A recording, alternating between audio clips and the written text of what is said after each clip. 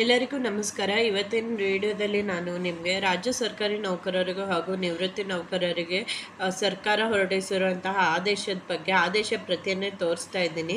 ಹಲವಾರು ಜನ ನನಗೆ ಕಮೆಂಟ್ ಮಾಡಿ ತಿಳಿಸಿದ್ರಿ, ಆದೇಶ ಪ್ರತಿಯನ್ನು ನಮಗೆ ಶೇರ್ ಮಾಡಿ, ಆದೇಶ ಪ್ರತಿಯಲ್ಲಿ ಏನಿದೆ ಅಂತ ತೋರಿಸ್ಕೊಳ್ಳಿ ಅಂತ. ಸೊ ಹಾಗಾಗಿ ನಾನು ಆದೇಶ ಪ್ರತಿಯಿಂದನೇ ತೋರಿಸ್ಕೊಡ್ತಾ ಇದ್ದೀನಿ ವಿಷಯಗಳು. ಇದು ಸರ್ಕಾರಿ ನೌಕರರು ನಿವೃತ್ತರು ಇಬ್ಬರಿಗೂ ಅನ್ವಯ ಆಗುವಂಥ ವಿಷಯಗಳು ಇದರಲ್ಲಿದೆ. ಹಾಗಾಗಿ ಈ ವಿಡಿಯೋನ ಪೂರ್ತಿಯಾಗಿ ನೋಡಿ. ಹಾಗೂ ಇನ್ನು ಯಾರಾದರೂ ಸಬ್ಸ್ಕ್ರೈಬ್ ಮಾಡ್ಕೊಂಡಿಲ್ಲ ಅಂದರೆ ಉಚಿತವಾಗಿ ಸಬ್ಸ್ಕ್ರೈಬ್ ಮಾಡ್ಕೊಳ್ಳಿ ಮತ್ತು ಈ ವಿಡಿಯೋಸನ್ನು ನಿಮ್ಮ ಕೊಲೀಗ್ಸ್ ಜೊತೆ ಕೂಡ ಶೇರ್ ಮಾಡಿ. ಇವಾಗ ನಾನು ಹೇಳ್ದಾಗೆ ಇದು ಆದೇಶ ಪ್ರತಿಯಲ್ಲಿ ಏನು ಕೊಟ್ಟಿದ್ದಾರೆ ಅಂತ ತಿಳಿಸ್ಕೊಡ್ತೇನೆ. ಸೊ ಮೊದಲಿಗೆ ಪ್ರಸಕ್ತ ವೇತನ ಶ್ರೇಣಿ ಮತ್ತು ಪರಿಷ್ಕೃತ ವೇತನ ಶ್ರೇಣಿಗಳನ್ನು ಕೊಟ್ಟಿದ್ದಾರೆ. ಸೊ ಇದರಲ್ಲಿ ನೀವು ಈ ಕಾಲಮಲ್ಲಿ ಚೆಕ್ ಮಾಡಬೇಕಾದ್ರೆ ನಿಮ್ಮ ಬೇಸಿಕ್ ಪೇ ಎಷ್ಟಿದೆ ಅನ್ನೋದನ್ನು ನೋಡ್ಕೊಳ್ಬೇಕು. ಇದು ಹಳೆ ಬೇಸಿಕ್ ಪೇ ಆಗಿರುತ್ತೆ, ಇದು ಹೊಸ ಬೇಸಿಕ್ ಪೇ ಆಗಿರುತ್ತೆ. ಸೊ ಅದು ಈ ರೇಂಜಲ್ಲಿದ್ದರೆ ಇದು ಈ ಹೊಸ ರೇಂಜು ಇದು ಫಾರ್ ಎಕ್ಸಾಂಪಲ್ 17,000ದಿಂದ 18,600 ಒಳಗೆ ನಿಮಗೆ ಹಳೆ ಬೇಸಿಕ್ ಪೇ ಬರ್ತಿದ್ರೆ, ಹೊಸ ಬೇಸಿಕ್ ಪೇ 27,000ದಿಂದ 29,600ವರೆಗೆ ಬರುತ್ತೆ. ಇದನ್ನು ಹೇಗೆ ಕ್ಯಾಲ್ಕುಲೇಟ್ ಮಾಡಬೇಕು ಅನ್ನೋದನ್ನು ಎಕ್ಸಾಂಪಲನ್ನು ನಾನು ನನ್ನ ಹಳೆ ವಿಡಿಯೋದಲ್ಲೇ ಎಕ್ಸ್ಪ್ಲೇನ್ ಮಾಡಿದ್ದೀನಿ. ಪ್ರತಿಯೊಂದು ರೇಂಜಿಗೂ ಹೇಗೆ ಕ್ಯಾಲ್ಕುಲೇಟ್ ಮಾಡಬೇಕು ಅನ್ನೋದನ್ನು ನನ್ನ ಚಾನಲ್ನಲ್ಲೇ ಎಕ್ಸ್ಪ್ಲೇನ್ ಮಾಡಿದ್ದೀನಿ. ಗೌರ್ಮೆಂಟ್ ಎಂಪ್ಲಾಯೀಸ್ ನ್ಯೂಸ್ ಅಂತ ಪ್ಲೇ ಲಿಸ್ಟಿಗೆ ಹೋದರೆ ನಿಮಗೆ ಇನ್ಫಾರ್ಮೇಷನ್ ಸಿಗುತ್ತೆ. ಇನ್ನೂ ಯಾರಿಗಾದ್ರೂ ಗೊತ್ತಾಗಿಲ್ಲ ಅಂದರೆ ಕಮೆಂಟ್ ಮಾಡಿ ತಿಳಿಸ್ಬೋದು. ನಾನು ಒಂದು ಎಕ್ಸಾಂಪಲ್ ತಗೊಂಡು ಎಕ್ಸ್ಪ್ಲೇನ್ ಮಾಡೋದಕ್ಕೆ ಟ್ರೈ ಮಾಡ್ತೇನೆ. ಇನ್ನು ಮತ್ತು ನೆಕ್ಸ್ಟು ಬೇರೆ ಬೇರೆ ಇಲ್ಲಿ ಪರಿಷ್ಕೃತ ವೇತನ ಶ್ರೇಣಿಗಳು, ಮುಖ್ಯ ವೇತನ ಶ್ರೇಣಿ ಅಂತ ಅದನ್ನೇ ಎಕ್ಸ್ಪ್ಲೇನ್ ಮಾಡಿದ್ದಾರೆ. ಅದನ್ನು ಹೇಗೆ ಕ್ಯಾಲ್ಕುಲೇಟ್ ಆಗುತ್ತೆ, ಏನು ಯಾವಾಗದಿಂದ ಅನ್ವಯ ಆಗುತ್ತೆ ಅಂತ. ಜಾರಿಗೆ ಬರುವ ದಿನಾಂಕ ನೀವು ನೋಡ್ತಿರ್ಬೋದು, 1 ಜುಲೈ 2022ರಿಂದ ಜಾರಿಗೆ ಬರುವಂತೆ ಅನ್ವಯ ಆಗುತ್ತದೆ. ಪರಿಷ್ಕೃತ ವೇತನ ಶ್ರೇಣಿಗಳು ಅನುಷ್ಠಾನದ ಕಾರಣದಿಂದ ಉಂಟಾಗುವ ವೇತನ ಮತ್ತು ಪಿಂಚಣಿಯ ಆರ್ಥಿಕ ಲಾಭವು 1ನೇ ಆಗಸ್ಟ್ 2024ರಿಂದ ಲಭ್ಯವಾಗುತ್ತದೆ ಅಂತ. ಸೊ ಆದೇಶ ಪ್ರತಿಯಲ್ಲಿ ಕ್ಲಿಯರ್ ಆಗಿ ಮೆನ್ಷನ್ ಮಾಡಿದ್ದಾರೆ, 1ನೇ ಆಗಸ್ಟ್ 2024ರಿಂದ ಸಿಗುತ್ತೆ ಅಂತ. ಹಲವಾರು ಜನ ನಂಗೆ ಕಮೆಂಟ್ ಮಾಡಿ ಹೇಳ್ತಾ ಇದ್ರಿ ಯಾವಾಗ ಸಿಗುತ್ತೆ ಅಂತ ಹೇಳಿ, ನಮಗಿನ್ನೂ ಬಂದಿಲ್ಲ ಅಂತ. ನೋಡಿ, ನಿಮಗೆ 1ನೇ ಆಗಸ್ಟ್ 2024ರಿಂದ ಲಭ್ಯವಾಗಿದೆ. ಅದು ಯಾಕಂದರೆ ತುಂಬ ಜನರಿಗೆ ಈಗ ಇನ್ಕ್ರಿಮೆಂಟ್ ಕಳಿಸೋದಿರೋದ್ರಿಂದ ಬ್ಯಾಚ್ ವೈಸ್ ಕಳಿಸ್ತಾ ಇರ್ತಾರೆ, ಹಾಗಾಗಿ ಡಿಲೇ ಆಗ್ಬೋದು. ಬಟ್ ಆದರೆ ನಿಮಗೆ ಡಿಲೇ ಆದ್ರೂ ಕೂಡ ಇವಾಗ ಸೆಪ್ಟೆಂಬರ್ ಮಂತ್ ಸ್ಯಾಲ್ರಿಯಲ್ಲೋ ಅಥವಾ ಪೆನ್ಷನಲ್ಲೋ ಅಥವಾ ಅಕ್ಟೋಬರ್ ಮಂತ್ ಸ್ಯಾಲ್ರಿನಲ್ಲೋ ಪೆನ್ಷನಲ್ಲೋ ಖಂಡಿತವಾಗೂ ನಿಮಗೆ ಬರುತ್ತೆ. ಹಾಗೂ ಅವಾಗ ಬರಬೇಕಾದ್ರೆ 2 ತಿಂಗಳಿದೆ, ಅಂದರೆ ಬಾಕಿ ಎಷ್ಟಿದೆ ಆಗಸ್ಟಿಂದ ಎಷ್ಟು ಸಿಗಬೇಕಿರುತ್ತೋ ಅದಷ್ಟೂ ಒಂದೇ ಸಲಕ್ಕೆ ಹಾಕ್ತಾರೆ. ಬರೋದು ಡಿಲೇ ಆಗ್ಬೋದು, ಬಟ್ ಜಾರಿ ಆಗೋದಂತೂ ಆಗಸ್ಟಿಂದನೇ ಜಾರಿಯಾಗಿದೆ. ನೆಕ್ಸ್ಟು ಪರಿಷ್ಕೃತ ವೇತನ ಶ್ರೇಣಿಗಳಲ್ಲಿ ಹೇಗೆ ವೇತನ ನಿಗದಿ, ಇದನ್ನು ಕೂಡ ನಾನು ಆಲ್ರೆಡಿ ಎಕ್ಸ್ಪ್ಲೇನ್ ಮಾಡಿದ್ದೀನಿ. ಮೂಲ ವೇತನ 1/7/2022ರಲ್ಲಿ ಇದ್ದಂತೆ ನೀವು ಬೇಸಿಕ್ ಪೇ ತೊಗೊಳ್ಬೇಕಾಗುತ್ತೆ, ಪ್ಲಸ್ ಅದರ ಮೇಲೆ 31% ಫಿಟ್ಮೆಂಟ್, ಪ್ಲಸ್ ಅದರ ಮೇಲೆ 27.5% ಫಿಟ್ಮೆಂಟ್. ಸೊ ಇದು ಮೂರನ್ನು ಆ್ಯಡ್ ಮಾಡಿದಾಗ ನಿಮಗೆ ಬರೋದನ್ನು ಹೊಸ ಸ್ಯಾಲ್ರಿ ಆಗಿರುತ್ತೆ. ಅದನ್ನು ಹೇಗೆ ಕ್ಯಾಲ್ಕುಲೇಟ್ ಮಾಡೋದು, ಈ ಅಂಶಗಳನ್ನೆಲ್ಲ ನಾನು ಆಲ್ರೆಡಿ ಹೇಳಿದ್ದೀನಿ. ಸೊ ಹಾಗಾಗಿ ನಾನೇನು ಮತ್ತೆ ಡೀಟೇಲಾಗಿ ಎಕ್ಸ್ಪ್ಲೇನ್ ಮಾಡೋಕ್ಕೆ ಹೋಗಲ್ಲ. ಸೊ ಹೊಸ ಸ್ಯಾಲ್ರಿನ ಹೇಗೆ ಕ್ಯಾಲ್ಕುಲೇಟ್ ಮಾಡೋದಂತ ನೀವೇನಾದರೂ ನೋಡಿಲ್ಲ ಅಂದರೆ ನಾನು ಆ ವಿಡಿಯೋ ಲಿಂಕನ್ನು ಈ ವಿಡಿಯೋದ ಎಂಡಿಗೆ ಹಾಕಿರ್ತೀನಿ, ದಯವಿಟ್ಟು ಅದನ್ನು ಚೆಕ್ ಮಾಡ್ಕೊಂಡು ನೋಡ್ಕೊಳ್ಳಿ. ಹಾಗೂ ಇನ್ನೊಂದು ಯಾವುದಾದ್ರೂ ಹೊಸ ವಿಷಯ ನನ್ನ ವಿಡಿಯೋಗಳಲ್ಲಿ ತಿಳಿಸ್ದೇ ಇರೋ ವಿಷಯಗಳಿದ್ದರೆ ಮಾತ್ರ ನಾನು ಅದನ್ನು ಡೀಟೇಲಾಗಿ ಎಕ್ಸ್ಪ್ಲೇನ್ ಮಾಡ್ತಾ ಇದ್ದೀನಿ. 2ನೇ ಜುಲೈ 2022ರಿಂದ 30ನೇ ಜೂನ್ 2022ರವರೆಗಿನ ಅವಧಿಯಲ್ಲಿ ಸರ್ಕಾರಿ ನೌಕರಿಗೆ ಸ್ಥಗಿತ ವೇತನ ಬಡ್ತಿಯನ್ನು ಒಳಗೊಂಡಂತೆ ವೇತನ ಬಡ್ತಿಯು ಸಾಮಾನ್ಯ ಕ್ರಮದಲ್ಲಿ ಪ್ರಸಕ್ತ ವೇತನ ಶ್ರೇಣಿಯಲ್ಲಿ ಪ್ರಾಪ್ತಿಯಾಗುತ್ತಿದ್ದು ಅದು ಆತನಿಗೆ ಅನುಕೂಲವಾಗುವಂತಿದ್ದರೆ, ಪರಿಷ್ಕೃತ ವೇತನ ಶ್ರೇಣಿಯಲ್ಲಿನ ಆತನ ವೇತನವನ್ನು ನಿಯಮಗಳು ಉಪಬಂಧಕಗಳು ಅಂಥ ವೇತನ ಬಡ್ತಿಯು ಪ್ರಾಪ್ತವಾಗುವ ದಿನಾಂಕದಿಂದ ಪುನರ್ ನಿಗದಿಪಡಿಸತಕ್ಕದ್ದು. ಅಂದರೆ ಜುಲೈ 2022ಇಂದ ಯಾರಿಗಾದ್ರೂ ಇಂಟರಿಮ್ ಎಲ್ಲ ಸಿಗ್ತಾ ಇರುತ್ತಲ್ವ, ಅದೇನಾದರೂ ಸಿಗ್ತಾ ಇದ್ದರೆ ಅದನ್ನೆಲ್ಲ ಕ್ಯಾನ್ಸಲ್ ಮಾಡಿ ಹೊಸದು ಏನು ಸಿಗುತ್ತಲ್ವ ಹೊಸ ವೇತನ ಶ್ರೇಣಿ ಅದನ್ನೇ ಅಪ್ಲೈ ಮಾಡಬೇಕು ಅಂತ ಹಾಗೆ ಹೇಳಿದ್ದಾರೆ. ಆಮೇಲೆ ನೆಕ್ಸ್ಟು ನಾನು ಇದು ಕಚೇರಿ ಯಾರ್ಯಾರಿಗೆ ಪರಿಷ್ಕೃತ ವೇತನ ಶ್ರೇಣಿ ವೇತನ ಪಡೆಯಲು ಅಧಿಕಾರ ನೀಡಿಕೆ, ಅಂದರೆ ಯಾರ್ಯಾರು ಪಡೆಯಬಹುದು ಅಂತ ಎಲ್ಲ ಡಿಪಾರ್ಟ್ಮೆಂಟ್ ಹೆಡ್ ಎಲ್ಲ ಇದನ್ನು ಚೇಂಜಸ್ ಮಾಡಿ ಕ್ಯಾಲ್ಕುಲೇಟ್ ಮಾಡಿ ನಿಮಗೆ ತಿಳಿಸ್ಕೊಡ್ಬೇಕಂತ ತಿಳಿಸಿದ್ದಾರೆ. ಸೊ ಇದರಲ್ಲೂ ನಾನು ಡೀಟೇಲಾಗಿ ಏನೂ ಹೋಗಲ್ಲ. ನೆಕ್ಸ್ಟು ತುಟಿ ಭತ್ಯೆ. ತುಟಿ ಭತ್ಯೆ ಜಾಸ್ತಿ ಬಗ್ಗೆ ಹಲವಾರು ಜನ ಕ್ವಶನ್ ಕೇಳ್ತಾ ಇದ್ರಿ. ಸೊ ಇಲ್ಲಿ ತೋರಿಸ್ತೀನಿ ನೋಡಿ ನಿಮಗೆ. ನಾನು ನನ್ನ ಚಾನಲ್ ಇದನ್ನು ಕೂಡ ನನ್ನ ಚಾನಲ್ನಲ್ಲಿ ನಾನು ಅಪ್ಲೋಡ್ ಮಾಡಿದ್ದೆ ಇನ್ಫಾರ್ಮೇಷನ್. ಯಾಕಂದರೆ ಇದರಲ್ಲಿ ಒಂದೇ ಸಲ ಎಲ್ಲ ಇನ್ಫಾರ್ಮೇಷನ್ ನೀವು ನೋಡ್ತಾ ನಿಮಗೆ ಕನ್ಫ್ಯೂಷನ್ ಆಗ್ಬೋದು ಅಂತ ಸಪ್ರೇಟಾಗಿ ನನ್ನ ಚಾನಲ್ನಲ್ಲಿ ಟೈಪ್ ಮಾಡಿ ಇಟ್ಕೊಂಡು ಎಕ್ಸ್ಪ್ಲೇನ್ ಮಾಡಿದ್ದೆ.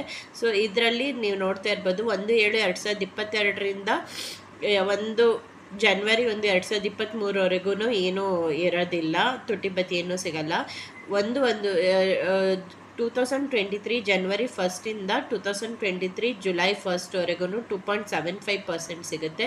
2023 ಜುಲೈ 1 ಜನವರಿವರೆಗೂ 5.5% ಸಿಗುತ್ತೆ. ಹಾಗೂ 2024 ಜನವರಿ 1 ಆಗಸ್ಟ್ವರೆಗೂ 8.5% ಸಿಗುತ್ತೆ. ಇದೇನೆಂದರೆ ಇದು ಬಾಕಿ ಇರುವ ತುಟಿ ಭತ್ಯೆ ಎಷ್ಟು ಅಮೌಂಟಲ್ಲಿ ಸಿಗುತ್ತೆ ಅಂತ ಹೇಳಿ.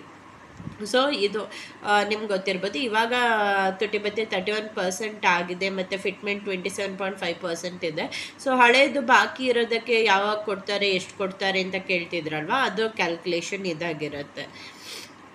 ನೆಕ್ಸ್ಟು ತುಟಿ ಭತ್ಯೆಯನ್ನು ಕೊಡೋದ್ರ ಬಗ್ಗೆನೇ ಎಕ್ಸ್ಪ್ಲೇನ್ ಮಾಡಿದ್ದಾರೆ. ನಾನು ಇವಾಗ ಹೇಳ್ದಂಗೆ ಆ ಕ್ಯಾಲ್ಕುಲೇಷನ್ ಮೇಲೆಗೆ ನಿಮಗೆ ತುಟಿ ಭತ್ಯೆ ಕೂಡ ಇವಾಗ ಸೆಪ್ಟೆಂಬರ್ ಇಲ್ಲ ಆಗಸ್ಟ್ ಮಂತ್ ಸ್ಯಾಲ್ರಿನಲ್ಲಿ ಸಿಗುತ್ತೆ. ಹಾಗೂ ಅದಾದಮೇಲೆ ಇದರಲ್ಲಿ ವೇತನ ಶ್ರೇಣಿಗಳಿಗೆ ಹಿರಿಯ ವೇತನ ಶ್ರೇಣಿ ಇಲ್ಲಿ ಮತ್ತೆ ಪೇ ಸ್ಕೇಲ್ ಕೊಟ್ಟಿದ್ದಾರೆ. ಜಾಸ್ತಿ ಆಗುತ್ತೆ, ಎಷ್ಟು ಜಾಸ್ತಿ ಆಗುತ್ತೆ, ಯಾವ ರೇಂಜಲ್ಲಿ ನಿಮ್ಮದಿದೆ ಅಂತ ಹೇಳಿ ತಿಳ್ಕೊಂಡು ಅದರ ಪ್ರಕಾರ ಸ್ಯಾಲ್ರಿ ಜಾಸ್ತಿ ಆಗೋದನ್ನು ಲಿಸ್ಟನ್ನು ಕೊಟ್ಟಿದ್ದಾರೆ.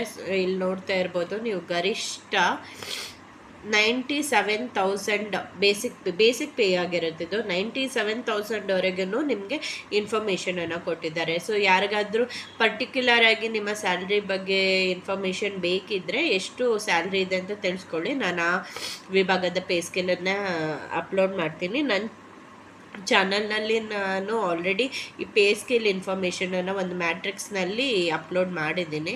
ಇನ್ನೂ ಇದೆ ನೋಡಿ, ಅಪ್ ಟು 1,55,200ವರೆಗೂ ಬೇಸಿಕ್ ಪೇ ಸಿಗೋವರೆಗೂ ಇನ್ಫಾರ್ಮೇಷನ್ ಇದೆ, ಎಷ್ಟು ಜಾಸ್ತಿ ಆಗುತ್ತೆ ಅಂತ ಹೇಳಿಬಿಟ್ಟು. ನೆಕ್ಸ್ಟು ಮನೆ ಬಾಡಿಗೆ ಭತ್ಯೆ. ಇದ್ರ ಬಗ್ಗೆನೂ ನನ್ನ ಚಾನಲ್ನಲ್ಲಿ ಎಕ್ಸ್ಪ್ಲೇನ್ ಮಾಡಿದ್ದೀನಿ.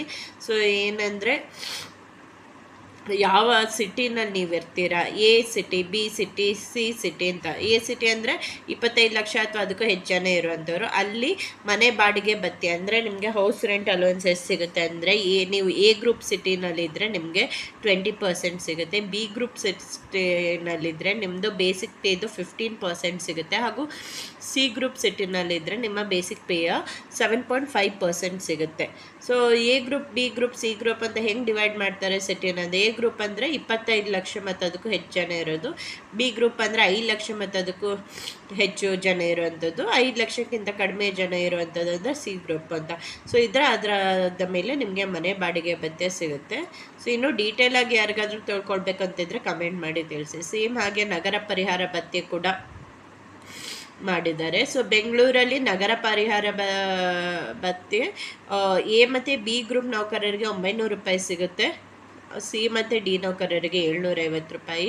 ಬೆಳಗಾಂ, ಹುಬ್ಬಳ್ಳಿ, ಧಾರವಾಡ, ಮಂಗಳೂರು, ಮೈಸೂರು, ಕಲಬುರಗಿ ಇಲ್ಲಿ ಎ ಮತ್ತು ಸಿ ಬಿ ಅವರಿಗೆ 700 ರೂಪಾಯಿ ಸಿಗುತ್ತೆ. ಸಿ ಮತ್ತು ಡಿ ಅವರಿಗೆ 600 ರೂಪಾಯಿ ಸಿಗುತ್ತೆ. ಇದನ್ನು ಕೊಟ್ಟಿದ್ದಾರೆ.